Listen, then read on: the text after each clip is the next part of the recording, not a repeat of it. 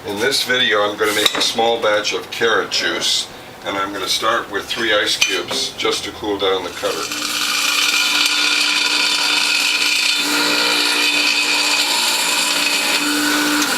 Notice that ice got caught in there, so I'm going to recycle the ice and start with some carrots.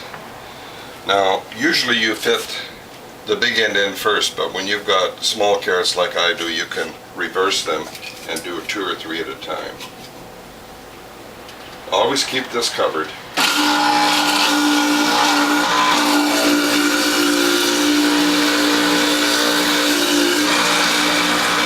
doing single servings, you want to go no more than half full.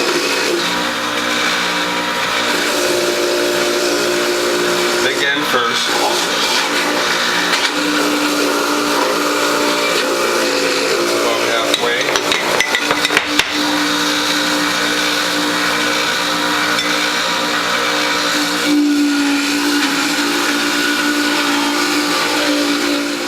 I've got 2 containers, and I'm going to press 2 cloths at once.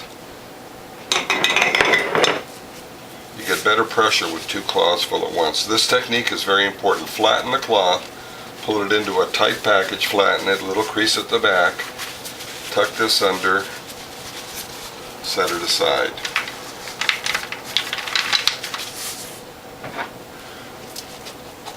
There's a little more pulp than I need. I'm just going to put about half a container in there.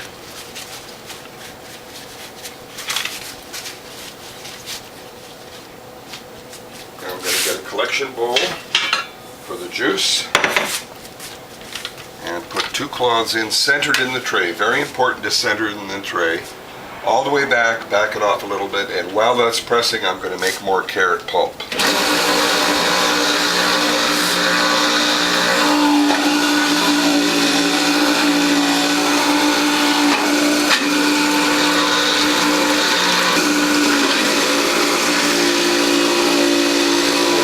Halfway through, you can advance it all the way.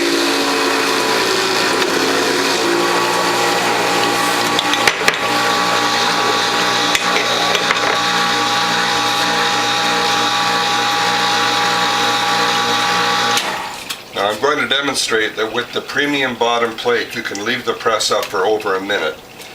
Most of your trace elements and a lot of phytonutrients are in your last 10% of your squeeze, so having the ability to leave it up more than a minute is definitely a benefit. Now what I'm doing now is what I call my less work 6 cloth method. I'm putting the new pulp on top of the old pulp. I don't want to put too much, so I'll put about 2/3 of that container. A tight little package, pat it down flat, pull it into a tight package, down flat, a crease at the back, crease at the front. And again, I've got 2 more sets of cloths, but this time using the less work 6 cloth method. All the way back, back it off, and while it's pressing, I want to point out you can leave it up for longer than 20 seconds, a minute or more if you need to, and then I'm going to make more pulp.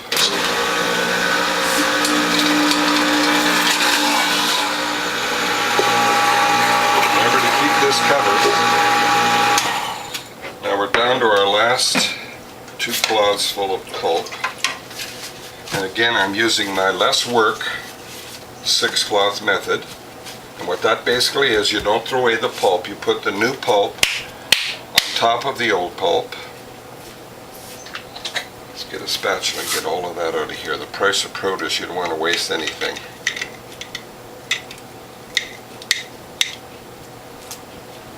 Set that aside and clean it later. Nice tight package. I'm going to show you a couple of tips in this video. It's a little bigger than I want it to be, but we'll manage. Now the first thing I'm going to do is I'm going to clean the grid and then the feed tube. I always like to clean everything before I get to my last step.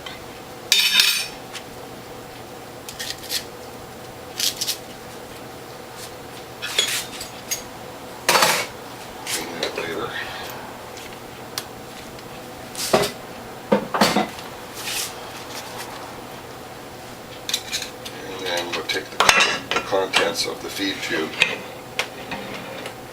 and the cover. Now let's do the feed tube first. It's a little more convenient. With the knife, I'm going to get the last of that produce out of there. I'll clean the feed tube. The grid holder with the grid goes in here. The cutter goes in the top with the hole facing down so it drains. And I have here the last of the pulp. It's a rather big package, so I'm going to show you a little tip of what to do when we're done with this. That's actually too much. I'm going to press one. Back it off a little bit. And I'm going to redistribute this into two claws. There's too much pulp in here.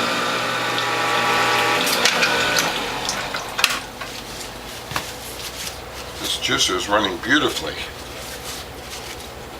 So we'll take some of this pulp, put it here, and make this into a smaller package because it was actually too big. As tight a package as you can get. Fold that under. Fold this into a tight package as well. As tight as you can get it. The tighter the better. And I'm going to press two of these at once.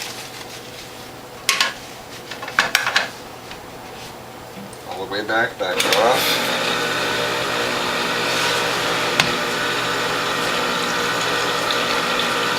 That's a little bit more. A little bit more. And then all the way. Now I'm going to take these two cloths, which were a little bit overfilled, and I'm going to press this all into a tight ball and see if we can get another ounce or two of juice out of this. Again, a nice tight package. If you have a smaller package, you probably don't need to do this, but in this case, the clouds were a little bit overfilled. That's about the right size there. And let's see, are we going to get any more juice out of this spent pulp? I'll bet we get a couple of ounces. All the way back it off a tiny bit. Advance it all the way. Yeah, as I suspected, another couple of ounces.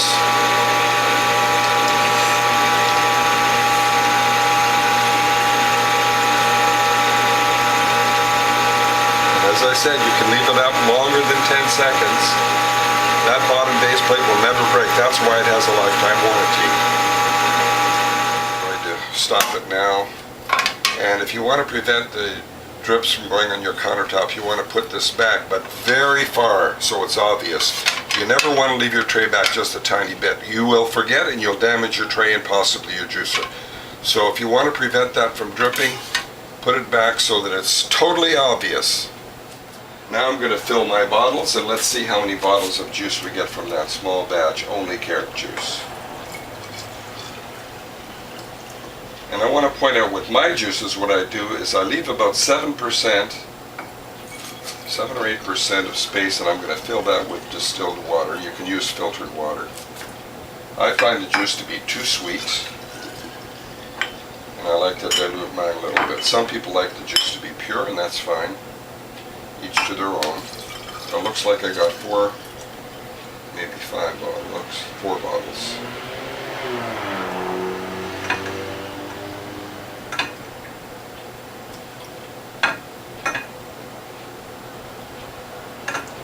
And we'll put some distilled water in. Fill it right to the top. The less air in the bottle, the better. And normally what you'd want to do is fill it till it's overflowing.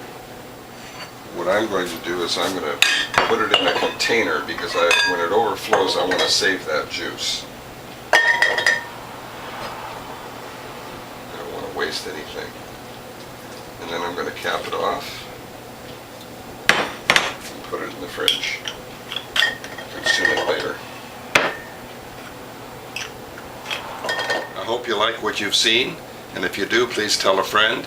If you'd like to contact me, my phone number is 760-753-0321. My email address is developtrust@cox.net, and my webpage is wholehealthfound.com. See you in the next video.